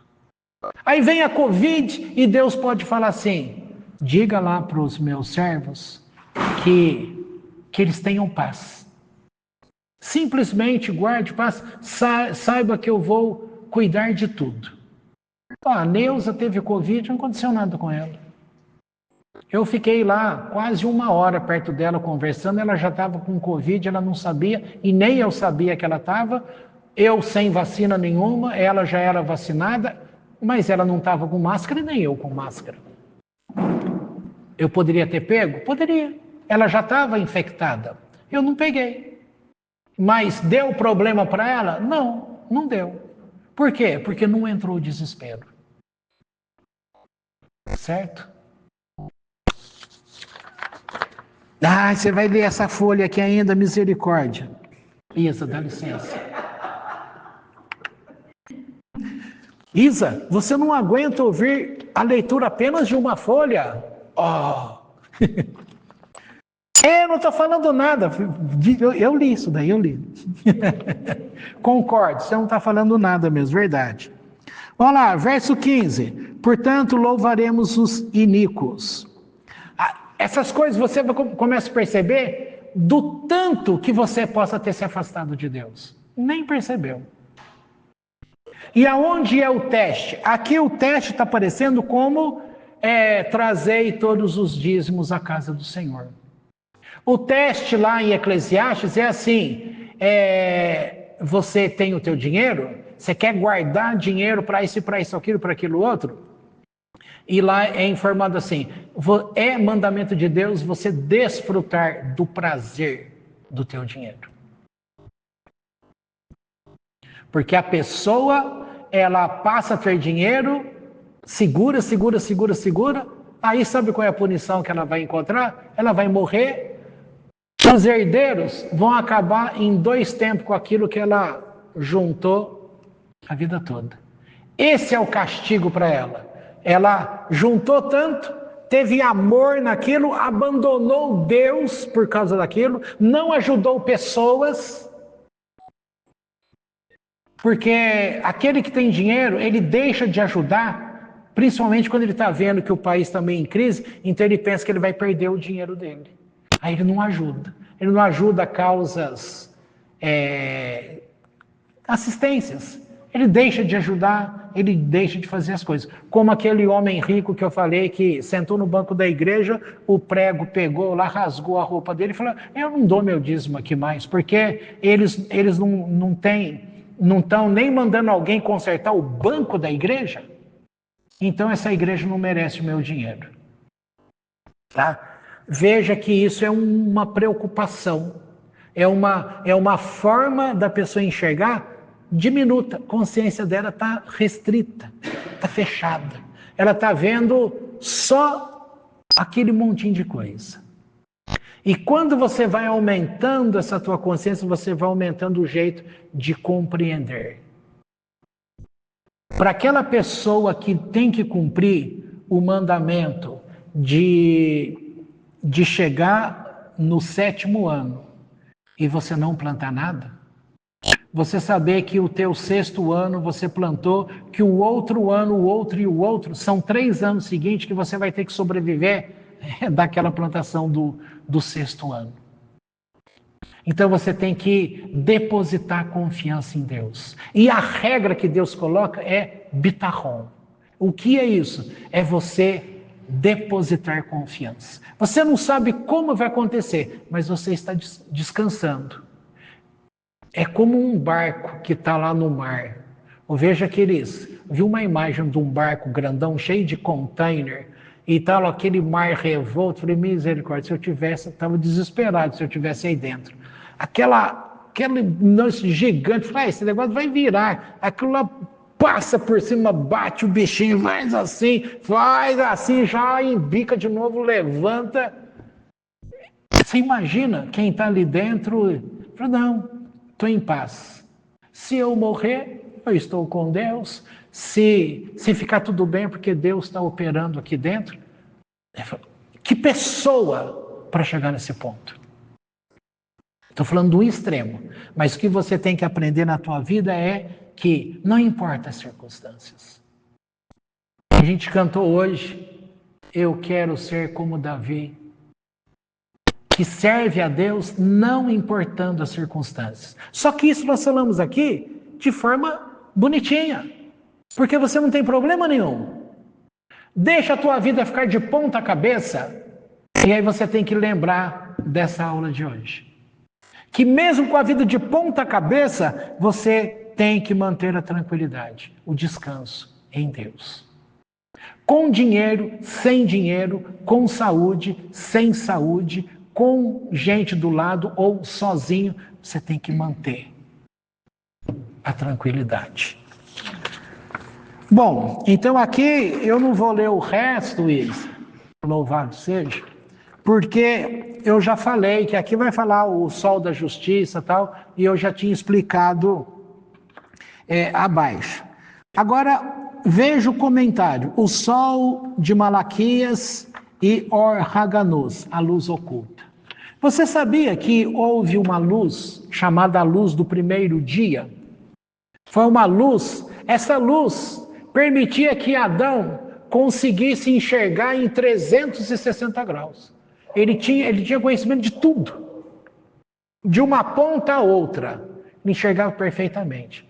Só que Deus não achou justo aquela luz. Então ele recolheu. Essa luz é chamada Or Haganuz. Essa luz, ela é identificada como essa luz do Messias. Ela opera.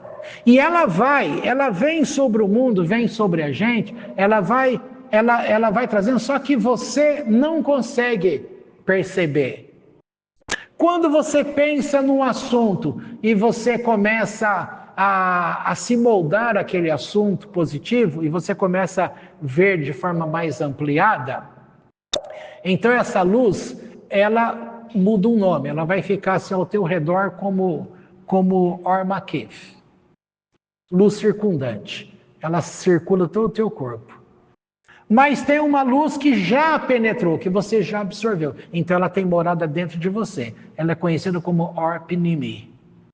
Só que Orpnimi, ela vai sair, vem para o exterior e ela passa a ser Ormakif. E a Ormakif que estava circundando, quando você tem um crescimento, uma expansão de consciência, você compreendeu algo em Deus, você teve uma reestruturação, então essa luz passa para dentro. Ela passa a ser Orpnimi. Entendeu? Portanto, essa luz Or Haganus, ela vai ser trazida lá na época do Mashiach. Ela vai trazer. E ela é muitas vezes maior do que sol, sol, sol e sol. Então, aqui que nós estamos falando essa coisinha para você ter um exemplo em comparação com nascerá o sol da justiça. Esse sol, então, ele vai estar te lembrando, aqui em Malaquias, o sol da justiça tem tudo a ver com Or Haganus, a luz original que Deus criou no primeiro dia e depois ocultou, reservando-a para os justos no tempo vindouro. O Midrash e o Zohar explicam que a luz do primeiro dia da criação, ela era tão intensa que ela permitia a Adão enxergar de um lado ao outro do universo. Já falei isso. Percebendo que a humanidade decairia e usaria mal essa energia, então Deus a escondeu. Onde ela foi guardada? Na própria Torá e nas dimensões espirituais superiores. Há um nível que chama Itarutá de Letatá, que é o mover de baixo. Quando Deus nos tirou da igreja evangélica e nos introduziu no judaísmo, ele usou um termo que eu não conhecia, uma inspiração divina, quando eu preguei capítulo 2 de Hebreus. Naquele dia, o Espírito de Deus fala para nós o quê? Sobre o tempo da eternidade. Então ele falou, céu, terra, terra, céu. Esse movimento. Isso aqui é uma onda. Ó. Uma frequência, ó, tá andando, ó. É isso. Então, você precisa ter o teu movimento. E o céu responde. Então é o teu movimento, o movimento de Deus, o teu movimento, o movimento de Deus, é você, Deus, você, Deus, você, Deus, você, Deus, você, Deus, você, Deus. É assim. E propaga e vai. Se você não tem um movimento nenhum, está em você. E aí você deixa de ver Deus. E aí você... mas como que isso? Salmo 10, Salmo 109, ele vai mostrar ali como que uma pessoa que compreende essa ondulação do mover de Deus e que foi desperto, entendeu? E que Deus agora mantém essa energia rodando, que aí você vai pensar na árvore sefirótica. Começa lá em cima e pega cá embaixo. Daqui de baixo, a energia sobe acima. Então vai de Keter a Malhut. E ela vem e sobe, e desce, e sobe, e desce, e sobe. Um movimento perfeito, sincronizado. Essa vida de sincronia, ela reflete a ideia que tinha lá na eternidade, quando Deus fez o primeiro recipiente. E que havia uma absoluta sincronia entre eles. Era a extrema felicidade, a extrema paz. Então essa ideia de voltar para casa. Mas para essa energia de Deus voltar desse jeito, depende de você.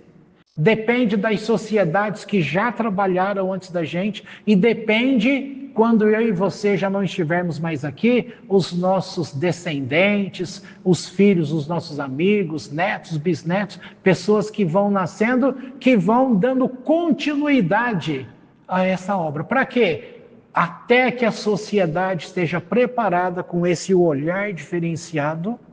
Olha, nós estamos num tempo no Brasil que está reinando o quê? Uma destruição. Na física a gente chama essa destruição como entropia. Tudo caminha perdendo a ordem. Porque hoje o nosso país está de ponta cabeça, está sem ordem. E se restabelecer a ordem, vai mudar o jeito dessa humanidade. O mundo, perdendo essa ordem, ele vai ter uma nova ordem mundial, mas não essa que eles querem colocar, mas uma que vai valorizar os bons costumes. E lá no Salmo fala que quando o homem responde ao comando de Deus, a terra produz o seu fruto. Mas quando o homem não age conforme essa consciência para com Deus, a terra vomita. Ela rejeita. Então você está lutando para ser alguma coisa e você está num tipo de matéria. E o antimatéria, a anti-atitude sua, ela vai combater você. Você quer tanto uma coisa, parece aquele negócio da física, né? Que você vem aqui na parede, você faz uma força aqui para querer derrubar essa parede. Por que ela não cai? Porque a própria parede, ela também exerce uma força contrária à tua força. E é igual, você vai ficar se matando o dia todo. Mas se um monte de gente vier aqui e todo mundo começa a pressionar essa parede, ela cai. Porque vai vencer aquela força.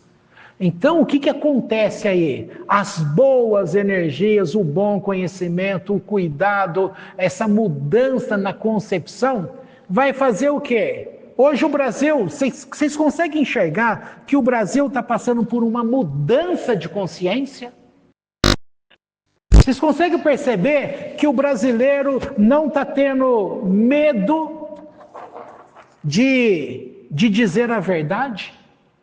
Ele quer mudança. Ele quer que tenha mudança. Ele está dizendo, chega de corrupção. Ele não quer mais ele não está mais jogando, o fulano está lá bêbado porque é ele que quis. Não, já começa a entender. Ele é bêbado, não é só porque ele quis. Ele foi fraco? Pode ter sido fraco. Mas toda a sociedade, a mudança que vem de cima, não de cima de Deus, dos governantes, vai destruindo o poder de família, aí a família começa o quê? Eu não quero mais esse irmão, ele só é peso para mim. Você põe para fora o teu irmão. Aí ele vira o quê? Ele vira a pessoa que está lá na rua. Aí ele vai viver do quê? Para esquecer um pouco, ele vai tomar pinga. E aí a sociedade despreza. Mas quando você faz o caminho inverso, você começa a ter com aquele cara a misericórdia.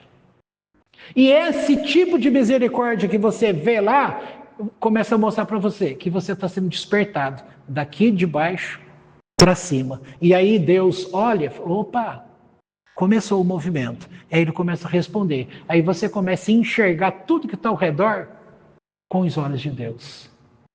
Aí você começa a enxergar um mundo onde todo mundo está falando, não vai dar certo, isso aqui tem que destruir tudo e começar de novo. Você vai falar, não precisa destruir. Se mudar quando eu entrei aqui, vocês não lembram disso? Isso aqui era fechado. Era uma parede, né? Tinha uma porta aqui. E aí eu pensei assim, que é aquela porta lá. Eu peguei essa porta daqui e coloquei lá. Tinha uma porta grande aqui, que eu peguei, virou o portão lá da garagem. Ali onde aquela porta grandona, fechei com tijolo.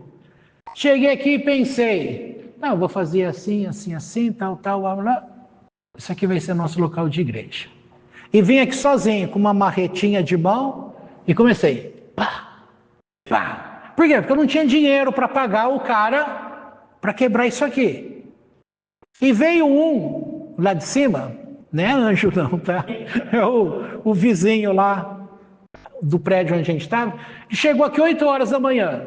Ele ficou de braço cruzado aqui, me olhando até 4 horas da tarde. E eu na marretinha. Ele não me ajudou com nenhuma marretada. Mas ficou conversando comigo aqui. Eu, pá, pá, pá. Quando deu 4 horas da tarde, ele disse assim, ei pastor, sabe uma coisa? Você é um homem de fé. Eu vou te ajudar. Você não vai fazer isso aqui sozinho não. Amanhã cedinho eu estou aqui. No outro dia ele estava cedinho. Ralou aqui comigo, hein? O dia inteiro. Sabendo que não ia ter. Ele pegou tanto amor que ele brigou com o cara que fez aí a solda.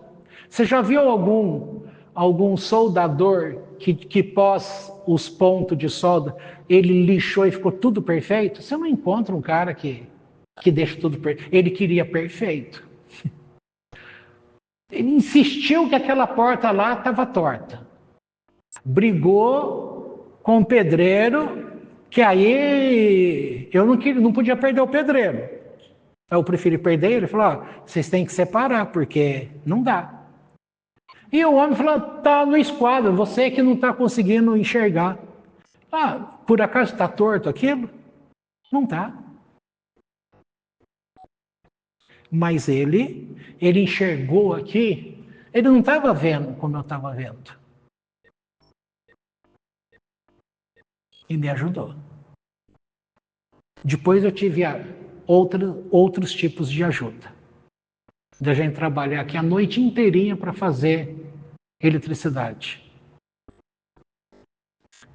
Um dia aí com fome, já era quase 10 horas da noite. Lá na Everelli, era o antigo dono. Eu tinha falado para ele, você tem como mandar a tua pizza mais simples que você tiver aí? Você não pode fazer doação de uma? Que a gente está aqui já o dia inteiro, já é 10 horas da noite. Você pode mandar um refrigerante, eu nem lembro que nome que eu usei. Não precisa ser Guaraná, Coca-Cola, não. Pode ser aquele simplesinho. Nem sei se tinha xereta naquela época. Dolly. Pode ser. Era 2002. Não sei qual que era o nome. Aí ele mandou 3 pizzas com Coca-Cola. E ele mandou a pizza da casa lá, aquela... Antigamente era o número 3. Não era o 2. Era o número 3. Eu sei que nós comemos aquilo, eu fui conversar com ele, eu falei, cara, eu te pedi a mais simplesinha. Ele falou, eu fiz para Deus. E eu dei o meu melhor. É simples, eu sei, nós já estamos aqui com 1h45, por incrível que pareça. Quer dizer, nem tanto, né? Eu já estou acostumado. Mas, se você começar a ser despertado e pensar assim, você não vai ficar rico. Não que eu não queira, você pode ficar rico, não tem problema. Mas aqui a minha ênfase não é que você vai ficar rico. Deus me fez rico. Não. Você vai ficar rico da presença de Deus. Vai mudar os teus olhos, vai mudar o teu coração. Você vai ser uma pessoa diferente. Sabe por quê? Porque a tua alma não vai ficar presa no teu corpo. Você vai conseguir ser alguém que enxerga outras realidades. E nessa posição, você vai ter confiança em Deus. Pode acontecer o que for, você vai estar em paz. Olha, não é por nada não. Continua lendo o dia de Salmo. Você vai perceber quando acabar o ano e começar de novo, tal. Depois que passar o período de ano que fechou os 2 livros, o ciclo completo, você vai perceber o teu jeito de olhar para Deus, para Davi, mudou. Você vai ter uma consciência diferente do que é uma história bíblica, do que é uma presença de Deus, do que é mundo espiritual, do que são as coisas. Portanto, vocês aí que não têm... eu mandei para vocês em PDF, então a desculpa não é dinheiro. Porque o livro, mandar fazer o livro lá, um custa R$84, o outro custa R$91. É muito? É muito, talvez eu não compraria. Entendeu? Mas, pelo menos eu mandei o PDF para cada um. Para quem puder ler no no celular, vai pegar ali. Às vezes é 4 páginas no dia, às vezes é 2 páginas, às vezes é 1 página e meia, mas a média é de 1 a 4. Leia. Amanhã, que dia que é hoje do mês? Hoje é quanto? 8. Então, amanhã você pega lá o arquivo, se você não tem ainda, me pede, eu mando. Você vai abrir lá, dia 9 de agosto. E você vai ler lá, você vê se o Salmo está lá, por exemplo, 75. Não sei em qual que está. Que estava em 73, agora um pouquinho. Está lá, Salmo 75. Você vai pegar a tua Bíblia, leia primeiro em voz alta o Salmo 75. Aí você volta no livro e você vai ler ali aquele comentário do dia sobre o Salmo 75 que eu coloquei. Você vai começar a perceber detalhes que você não percebia. Você vai começar a ver um Davi muito diferente de tudo aquilo que te ensinaram. Você vai começar a perceber a ação de Deus muito diferente do que as religiões dizem. E aí você vai perceber, ao longo de dias, que você está sendo transformado. Isso é riqueza. Só que o que isso transformou a minha vida? Em dinheiro? Nada. Mas em comportamento? Muito. Eu sou uma pessoa rica. Porque a forma de conhecer Deus, de ouvir Deus, é diferente. Deus está muito mais próximo. E quando você começa a andar nesse tipo de caminho, as dificuldades da vida, elas já não são mais sentidas. É por isso que os sábios lá, vêm os sábios e falam, olha, o Porquê Avô te fala assim, quem é rico? Rico é aquele que está feliz com aquilo que ele tem. É isso. Transformação, para você estar feliz com aquilo que você tem, a tua consciência já expandiu. E quanto mais a gente entra em estado de consciência expandida, você está começando a compreender que aquele cara lá fora, o que bate na tua porta, claro que você vai ver que às vezes é malandragem, tá? Por exemplo, o cara do correio entrega uma encomenda na tua casa. Na hora que você pegar a encomenda e assinar, pergunte para ele, você tem água? Aí a tua garrafinha está cheia? Se não tiver cheia, me dá, eu vou te dar água gelada. Quando eu tenho lá a garrafinha de água com gás, eu devolvo a dele cheia e levo uma. Você se coloca um pouquinho no lugar do outro. Um motoqueiro foi entregar não sei que documento lá, eu estava lá fazendo café, poxa, café, o cheiro. Lá, você quer um cafezinho? Ele falou, acabei de fazer um café. Tem um queijinho também. Na hora que falou que tem um queijinho também, ele até desceu da moto. Eu falei, poxa, você vai oferecer um cafezinho, um queijinho para um mineiro? Não dá para a gente negar. Aí eu fui lá, peguei uma fatia de queijo. Eu deixo sempre copo descartável. São os copos do iogurte, que é um copinho duro, né? Eu deixo guardadinho lá. Para quê? Para servir pessoa que passa lá na minha rua. Agora, para quê? Porque eu sei que é calor. Eu sei que tem gente que não tem dinheiro para comprar água. Eu sei que às vezes não tem lugar para ele tomar água. Então você pensa no outro. É simples. Quando vão oferecer, quanto custa tal coisa? Tá, eu não tenho para comprar, mas espera aí. Se eu tenho R$2, eu vou lá e dou R$2. Tá certo? O que vocês estão olhando? É o Fred. É o Fred. Tá certo? Então, pense nisso. Tem certeza que tua vida muda. Tua vida... Oi, Fred. Lá tá o Neco, hein? Você sabe que ele pega você e põe para fora. Se eu fosse você, eu não ia para lá. Ah, ó, vai fazer um carinho nele ainda, olha lá. Tá vendo só? Ele está dando uma prova. O maldoso, entre aspas, ele vai, chegado meu, vou lá. Ali. Ok, então. A gente tá. Semana que vem, a gente vê o que acontece.